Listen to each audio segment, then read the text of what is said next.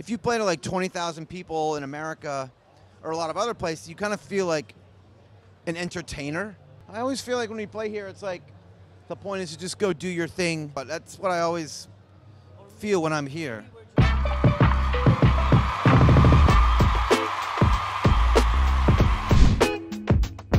Adam Granduciel of the War on Drugs, welcome at Werchter Festival. Thank you. Belgium and the War on Drugs have this special love affair going We on. do, don't we? I hope the feelings are mutual. Oh my God, are you kidding me? Of course. Yeah. Did you We've have been playing here since first time. We were actually on the ride last night. Dave and I were looking at going through super old emails and trying to find like the first time we played in Belgium, and it might have been Ostend in 2008. It Yeah. also might have been a couple months before that, but we've always had like a magical thing here. But what does it say about our personality of us Belgians, that we love the music that you and the War on Drugs makes? I wonder.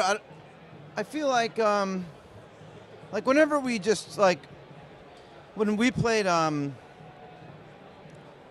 tent. We played the tent at the Pukkelpop Festival years ago, and it was like an amazing show for the band. Like it just felt like we were like it's one of the first shows we played on that tour where all the new songs on Lost in the Dream where they really clicked for the band, and it was like you could feel that people knew that we were enjoying ourselves and like connecting musically.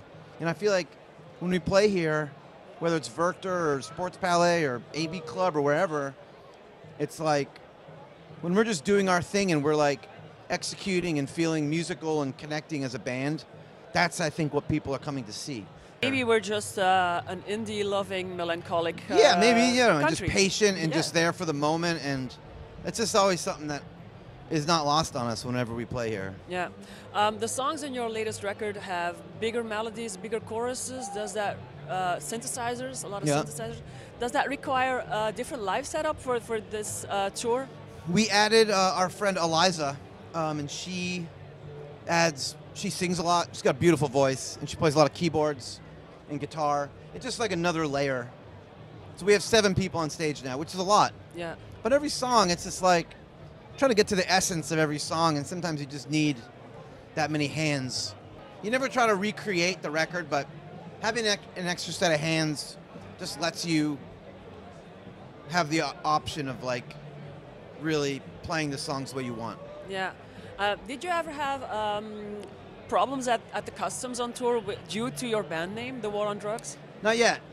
In fact, I think people, if anything, they think that we would be there to, you know, To help them. to seize everything or something. You know, like, oh, good, you know. But no, we've been lucky. No. Yeah. Who are your neighbors today in the artist village?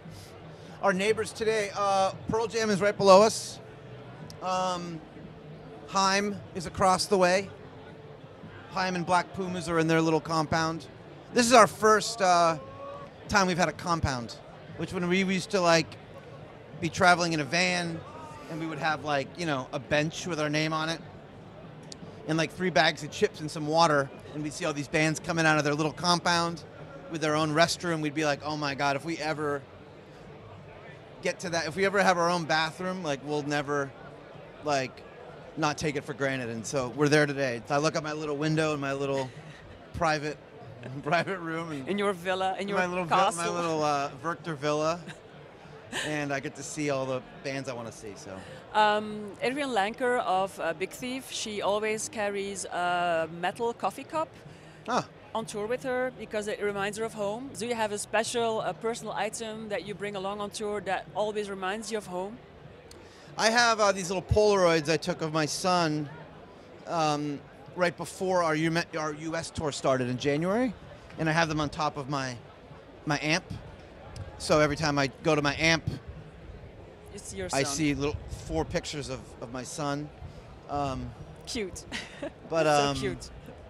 yeah, and I feel like when you leave for tour again, you always like take something from home that you leave on tour, whether it's like a blanket, you know, or like anything.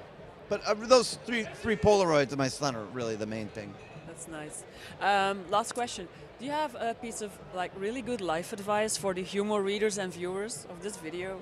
Life advice? Yeah. Oh man, I as a mean, I don't guru. take life advice from a guy who's been running around the globe aimlessly for 16 years. But I will say, in regards to my own life and career, and I never expected any of this. You know what I mean? Like I really loved music and I loved playing guitar, and I was fortunate to like open myself up to people I had met that were better at this than I was, and I learned a lot from people and surrounded myself with people that I liked as people first, and we grew as a band, and you know, and it was always just about like doing it with people that you liked. Like it wasn't about like getting to the next level, or it was just like these are my friends. And we're recording together or trying to do a live show together, and now we have our own little artist villa, you know? Yeah. But that's really, I mean, that's all I can say is it was always just about who you're doing it with, not where you're trying to go. Okay. You know? Thank you. Cheers. So, yeah.